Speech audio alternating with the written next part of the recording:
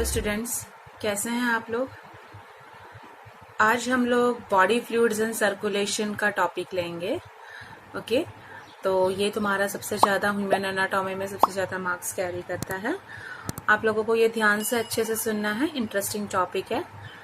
अब हम लोग पढ़ते हैं कि सर्कुलेशन क्या है। फर्स्ट ऑफ ऑल, सर्कुलेशन आप लोगों ने 11th स्टैंडर्ड में भी पढ़ा है कि 10th स्टैंडर्ड में भी आप लोगों ने एक बार क्लियर करा हुआ है कि सर्कुलेशन के बारे में आपने पढ़ा है। तो सर्कुलेशन के टाइप्स क्या होते हैं, ओके। तो सर्कुलेशन का मेजरली हम लोगों के पास टू मेनली टाइप्स होते हैं। पहला आता है ओपन सर्कुलेशन और द क्लोज सर्कुलेशन। ओके, इतना कॉन्सेप्ट आप क्लियर रखिए। ओपन और क्लोज में क्या है। अब ओपन में क्या होता है कि ब्लड का जो भी फ्लो होता है वो सिर्फ क्या होगा, ब्लड वेसल्स के थ्रू होता है। सपोज ये सबसे बड़ी आर्टरी कौन सी है आप लोगों को पता होगा, दैट इज एओर्टा। सबसे बड़ी वेन कौन सी है, वेना कावा। तो जो ब्लड वेसल्स के अंदर जो सर्कुलेशन हो रहा है और यही ब्लड वेसल से कहाँ पे जा रहा है, वो टिश्यू मीडियम्स में जा रहा है। ठीक है, टिश्यू के मीडियम में जा रहा है, टिश्यू स्पेस में जा रहा है, लाइक साइनसेस भी बोलते हैं। ओके, और जो साइनसेस लाइक ऐसे पोर्स होते हैं, इनको ऐसे मेम्ब्रेन एक ऐसे बाउंड करके बैठा हुआ रहता है, तो टिश्यूज में जाता है, साइनसेस में जाता है, तो उसको क्या बोलते हैं हम लोग, ओपन सर्कुलेशन। वो हमें जनरली कहाँ पे देखने को मिलता है, आर्थ्रोपोड्स में देखने को मिलता है। आर्थ्रोपोड और बहुत सारे मॉलस्का में देखने को मिलता है। नेक्स्ट आता है क्लोज सर्कुलेशन। क्लोज सर्कुलेशन जैसे हम लोग हैं, 4 चैम्बर्स हार्ट है। ओके, अब इसमें क्या होता है, जो सबसे बड़ी आर्टरी और ये जो सबसे बड़ी वेन होती है, इनके जो ब्रांचेस होते हैं उनको हम लोगों ने क्या बोला है, कैपिलरीज। तो वो क्या कर रहा है, कैपिलरीज से पहुंच के कोई एक डायरेक्टली बॉडी के टिश्यू में या बॉडी की कैविटी में वो आए बिना वो डायरेक्टली चैम्बर में ही जा रहा है। ठीक है, that it means that blood flows through heart vessels and finally branched capillaries without coming in direct contact with body tissue and the body cavity. Directly they are coming from here and then goes, and this cycle is repeated on. Okay, ये बार बार ऐसे repeat होता ही जा रहा है, उसको हम लोग बोलते हैं क्लोज सर्कुलेशन। वो डायरेक्टली कोई कांटेक्ट में नहीं आता है, वो डायरेक्टली हार्ट के वेसल्स में, कार्डियक वेसल्स में ही जाता है, उसको हम लोगों ने बोला है क्लोज सर्कुलेशन। ठीक है, यहाँ पे क्या करेगा, ब्लड वेसल्स डायरेक्टली टिश्यू में डालेगा, यहाँ पे हार्ट से हार्ट के चैम्बर में ही जाता है। वैसे ही हम लोग बॉडी फ्लूइड की बात की हुई है, हम लोगों ने ये बॉडी फ्लूइड वर्ड पढ़ा है। तो बॉडी फ्लूइड यानी सबसे बड़ा हमारा दैट इज द ब्लड। ठीक है, अब हम लोग पढ़ते हैं बेटा ब्लड के बारे में। तो ब्लड है क्या, ब्लड एक स्पेशलाइज्ड कनेक्टिव टिश्यू है। ब्लड एक स्पेशलाइज्ड कनेक्टिव टिश्यू है जिसके अंदर बहुत सारे फ्लूइड मैट्रिक्स होते हैं। ओके, फ्लूइड मैट्रिक्स होगा, प्लाज्मा होगा और सेलुलर पोर्शन, सेलुलर यानी कुछ सेल्स प्रेजेंट होंगे। ओके, उसको हम लोगों ने बोल दिया है that is the formed elements. अब हम लोगों ने पढ़ा है कि ये जो प्लाज्मा है वो क्या है। Plasma constitute approx 55% of blood. Plasma के अंदर 55% ब्लड है और फॉर्म्ड एलिमेंट्स है। फॉर्म्ड एलिमेंट्स यानी ये सेलुलर पोर्शन, ये सब कुछ। ओके, फॉर्म्ड एलिमेंट्स है। ओके, और रिमेनिंग क्या आता है, 45%। ओके, समझ में आया। प्लाज्मा के अंदर दैट इज 55% ब्लड और फॉर्म्ड एलिमेंट्स कितने हैं, दैट इज 45%। तो आप लोगों को ये याद रहेगा। अब हम लोग कंपोजिशन ऑफ ब्लड पढ़ते हैं। यही ब्लड का जो डिफरेंट कंपोजिशन होता है वो मेजरली 2 टाइप्स है। ब्लड के अंदर कौन है, मेजरली 2 टाइप्स है। ध्यान से सुनिएगा बेटा। पहला आता है दैट इज प्लाज्मा, ओके, और दूसरा आता है that is formed elements. Formed elements, okay. अब यही फॉर्म्ड एलिमेंट्स के अंदर आपको यहाँ पे शायद नहीं दिख रहा होगा, हम यहाँ पे लिख देते हैं। Formed elements. यही फॉर्म्ड एलिमेंट्स के अंदर मेजरली 3 टाइप्स होते हैं। ओके, फर्स्ट आता है दैट इज इरेथ्रोसाइट्स, ल्यूकोसाइट्स और ब्लड प्लेटलेट्स। ल्यूकोसाइट्स, इरेथ्रोसाइट्स यानी हम लोग उसको आरबीसी भी बोलते हैं। ध्यान से समझना, अभी तुम लोगों ने 10th तक आरबीसी डब्ल्यूबीसी पढ़ा, अब इरेथ्रोसाइट्स याद रखिए। ल्यूकोसाइट्स को हम लोग डब्ल्यूबीसी बोलते हैं, प्लेटलेट्स को प्लेटलेट्स ही बोलते हैं या थ्रोम्बोसाइट्स भी बोलते हैं, थ्रोम्बोसाइट्स। ओके, अब आता है ल्यूकोसाइट्स। ल्यूकोसाइट्स मेजरली 2 टाइप्स में होते हैं। ल्यूकोसाइट्स मेजरली 2 टाइप्स है। फर्स्ट आता है ग्रेन्युलोसाइट्स और सेकंड है अग्रेनुलोसाइट्स। ओके, अब है ग्रेनुलोसाइट्स में मेजरली 3 टाइप्स है। ग्रेनुलोसाइट्स यानी एक ऐसे सेल्स होंगे जिनके अंदर ऐसे दाने जैसा होगा, ग्रेन्यूल्स जैसा होगा, जो कलर लेता है। तो वैसे ही कलर के बेसिस पे ये 3 मेजर टाइप है ग्रेनुलोसाइट्स। पहला आता है न्यूट्रोफिल्स, सेकंड है बेसोफिल्स और थर्ड है इओसिनोफिल्स। क्लियर? अग्रेनुलोसाइट्स में मेजरली 2 टाइप्स में आता है। ओके, याद रखिएगा। फर्स्ट है मोनोसाइट्स, सेकंड है लिम्फोसाइट्स। ओके, लिम्फोसाइट्स का मेजरली 2 टाइप्स है। फर्स्ट है बीटा लिम्फोसाइट्स। कोई भी लिम्फ के अंदर जो हम लोगों को सेल्स देखने को मिलता है उसको लिम्फोसाइट्स बोलते हैं। तो बीटा है और एक दूसरा है टी लिम्फोसाइट्स। याद रहेगा आप लोगों को। अब हम लोग इसको, ये जो चार्ट है सबसे इम्पोर्टेंट है, आपको याद रखना है। अब हम लोगों ने पढ़ा हुआ है कि जो प्लाज्मा होता है, ओके, वो प्लाज्मा के बारे में हम आगे पढ़ते हैं।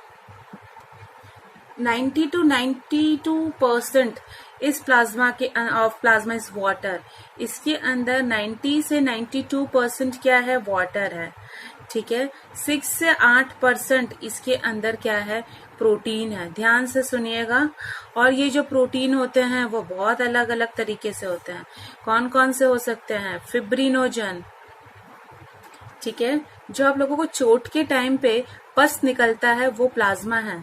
ठीक है, तो फिब्रिनोजन, ग्लोब्यूलिन्स और third one is the albumin. ये सारे प्रोटीन के नेम है। बहुत सारे आयंस भी रिलीज होते हैं, Na+, Ca2+, Mg2+, फिर HCO3- एंड Cl-, ये सब होते हैं। फिर ग्लूकोज भी होता है, एमिनो एसिड देखने को मिलता है, लिपिड भी देखने को मिलता है। तो ये सब कुछ इस प्लाज्मा के अंदर है। ओके, अब ऐसा प्लाज्मा जिसके अंदर क्लॉटिंग फैक्टर ना हो, क्लॉटिंग प्रोटीन नहीं, फिब्रिनोजन, ग्लोबुलिन और एल्बुमिन नहीं होता है, तो बेटा वैसे टाइप के प्लाज्मा को हम लोग बोलते हैं सीरम। याद रखिएगा।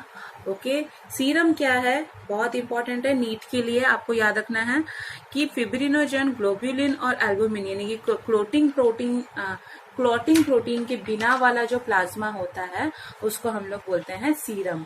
अब आता है, नेक्स्ट आता है, हम लोगों को प्लाज्मा पढ़ लिया, दैट इज इरेथ्रोसाइट्स। इरेथ्रोसाइट्स का मीनिंग क्या है? सिंपल तुम लोग बोलते आए हो अभी तक, आरबीसी। ओके, मैन और वुमेन में करीबन कितने आरबीसी होते हैं? 5 से लेके 5.5 मिलियन पर cubic millimetre of the blood, इतना आरबीसी हमें देखने को मिलता है। दिखता कैसा है ये सेल? ये बाइकॉनकेव शेप का होता है। कैसे बाइकॉन? ऐसा, ठीक है। वो इन्यूक्लिएटेड होता है, न्यूक्लियस नहीं है इसके अंदर। इलास्टिक इसकी प्लाज्मा मेम्ब्रेन है। इसका ये जो प्लाज्मा मेम्ब्रेन है वो इलास्टिक इन नेचर है। ओके, अब ध्यान से समझना ये आरबीसी का बनता कैसे है। जब एम्ब्रायनिक स्टेज में, जैसे तुम मदर के वॉर्म में थे, ओके, तो उस टाइम पे एम्ब्रायनिक स्टेज में ये क्या होता है, बहुत ही थोड़े से देखने को मिलते हैं कुछ टाइम के लिए। धीरे धीरे तुम्हारे बॉडी के अंदर एक स्प्लीन नाम का ऑर्गन है, स्प्लीन नाम का ऑर्गन है, वो क्या करता है, वो धीरे धीरे बढ़ाता है और बोन मैरो में जाके उसको बहुत ही काउंट फास्ट कर देता है। तो हमारा जो आरबीसी का जो मेन घर है, जहाँ फॉर्मेशन होता है, वो है बोन मैरो। इसकी जो लाइफ स्पैन है, लाइफ स्पैन का मीनिंग होता है the period between the that is the birth to the death. जब से पैदा हुए और जब से मर रहे उसके बीच का जो होता है period, that is life span. तो आरबीसी का लाइफ स्पैन है 120 डेज। ओके, अब ये क्या करता है, उसका जो मेन है बोन मैरो। ओके, अब हम लोग स्प्लीन को अब बन रहा है और मर जाएगा तो कहाँ जाएगा, ग्रेवयार्ड, यानी हम लोग उसको बोलेंगे spleen is the graveyard of RBC. इसका काम क्या है, इसका मेन काम है that is transport of O2 and some amount of CO2 else। Clear, plasma and that is the RBC. समझ में आ रहा है आप लोगों को कि देखो बोन मैरो क्या है, आरबीसी का फॉर्मेशन, ग्रेवयार्ड कौन है, स्प्लीन है, याद रखिएगा। अब आता है ल्यूकोसाइट्स दैट इज WBC। हम लोगों ने इरेथ्रोसाइट्स पढ़ा था 5 to 5.5 मिलियन पर क्यूबिक मिलीमीटर। यहाँ पे देखो कितना है, 6000 से लेके 8000 पर cubic millimetre of blood. Okay, वो क्या, वो रेड कलर का था बिकॉज ऑफ द हीमोग्लोबिन। ये कैसा है, कलरलेस है, ये आप लोगों को कलरलेस दिखेगा। वो बाइकॉनकेव था तो ये राउंड दिखेगा और थोड़ा कभी कभी इरेगुलर इन शेप भी दिखता है। ये इसके अंदर न्यूक्लियस है, वहां पे न्यूक्लियस नहीं था, तो याद रखना है। ये कहाँ पे बनेगा, वो भी बोन मैरो में बन रहा था, ये भी बोन मैरो में बन रहा है। ठीक है, ये लिम्फ के नोड्स में देखने को मिलता है, लिम्फ नोड्स में। ये स्प्लीन में भी देखने को मिलेगा, थाइमस में भी देखने को मिलता है। ओके, और ये देखो, ये इन्फेक्शन हमारे बॉडी में नहीं होता है, तो जैसे ही तुम लोगों को कोई इंजरी लगती है तो इंजरी को ठीक करने का काम भी WBC का, हीलिंग पर्पस। अब हम लोगों ने ल्यूकोसाइट्स को हम लोगों ने मेन कैटेगराइजेशन में पढ़ा था, दैट इज अग्रेनुलोसाइट्स। उसके मेजरली 2 टाइप्स है, अग्रेनुलोसाइट्स के मेजरली 2 टाइप है।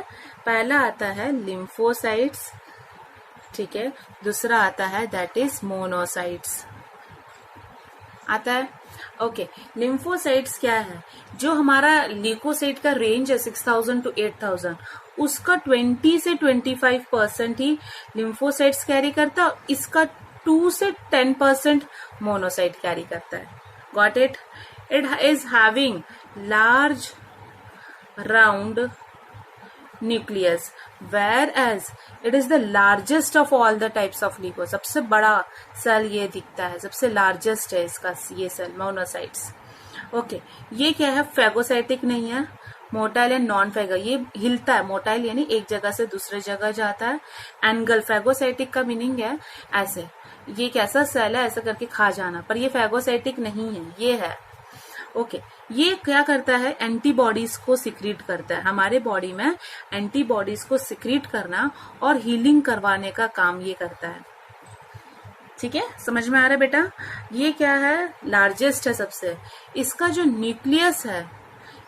न्यूक्लियस है वो बीन शेप का दिखता है, न्यूक्लियस बीन शेप का है। ये फैगोसाइटिक इन नेचर है। फैगोसाइटिक यानी कोई भी बाहर का माइक्रो ऑर्गेनिज्म तुम्हारे बॉडी में सपोज आ रहा है तो खा जाएगा, इसको डाइजेस्ट कर देगा। कौन? मोनोसाइट। इसलिए तो बोला है WBC एक हीलिंग पर्पस के लिए, इन्फेक्शन फ्री करवाने के लिए हमारे बॉडी में है।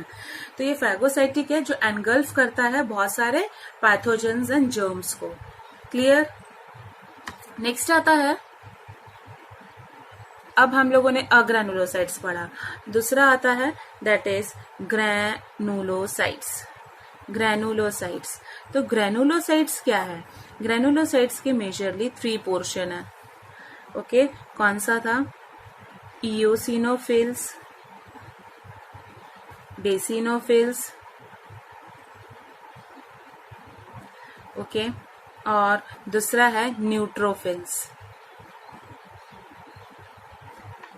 ओके, इयोसिनोफिल्स ये क्या है, इसका जो ग्रेनुलो यानी कि ये 6000 to 8000 का 2 to 3% है, ये 0 to 1% है, ये सबसे हाईएस्ट है 60 to 65%। ये एलर्जी में काम करता है। सबसे ध्यान से सुनिएगा, ये सबसे ज्यादा एलर्जी में काम करता है। तुम्हारे बॉडी में कोई भी एलर्जी है तब इम्यूनिटी का मेन रोल करता है। हमारे बॉडी में इम्यूनिटी का काम कौन करता है? इयोसिनोफिल्स। बेसिनोफिल्स क्या करता है, तुम्हें इन्फ्लामेशन, शरीर में कोई जलन हो रहा है, स्किन रैशेस हो रहा है, उस टाइम पे ये रिलीज करता है क्या? हिपैरिन। एंटी इन्फ्लामेशन का काम करता है। हिस्टामिन, ये एंटी एलर्जी है, ये एंटी इन्फ्लामेशन है, एंटी इन्फ्लामेटरी, याद रखिएगा। ये क्या है? फैगोसाइटिक इन नेचर है। ये क्या करेगा? वापस पैथोजन को खा जाएगा। जो मोनोसाइट कर रहा है, ये न्यूट्रोफिल यहाँ पे कर रहा है। ओके, यहाँ पे इसका जो न्यूक्लियस है वो बाइलॉब्ड स्ट्रक्चर है ऐसा। इसका जो न्यूक्लियस है वो क्या है? 3 लॉब्डेड ऐसा, ठीक है। और यहाँ पे क्या, बहुत सारे लोब्स हो सकते हैं ऐसे, तो बहुत सारे लोब्स है। अब आता है, ये हम लोगों ने फॉर्म्ड एलिमेंट्स के इतने पार्ट पढ़े। फॉर्म्ड एलिमेंट्स में एक और आता है, दैट इज अपना प्लेटलेट्स। ओके, प्लेटलेट्स का जो रेंज होता है बेटा, वो होता है 1.5 lakh, 1 lakh to 50,000, approx 3 lakh to 50,000, इतना इसका रेंज है पर क्यूबिक मिलीमीटर। ओके, ये कैसा है? कलरलेस है, राउंडेड है और ओवल इन शेप है। नॉन न्यूक्लिएटेड है, न्यूक्लियस नहीं प्रेजेंट है इसमें, नॉन न्यूक्लिएटेड उसके अंदर प्रेजेंट है। और सबसे मेन इसका काम है ब्लड क्लॉटिंग का, ब्लड क्लॉटिंग, याद रहेगा। ओके, तो बेटा मैं आप लोगों को इसके रिलेटेड क्वेश्चंस देती हूँ, आप लोग क्वेश्चंस नोटबुक में लिखिएगा। ये क्वेश्चन है बेटा, आप लोग लिख लीजिए, नोट डाउन कर दीजिए। और इसके बाद मैं आप लोगों को नोट्स के पेजेस रख रही हूँ, तो आप प्लीज उसको नोट डाउन अपने नोटबुक में करिए।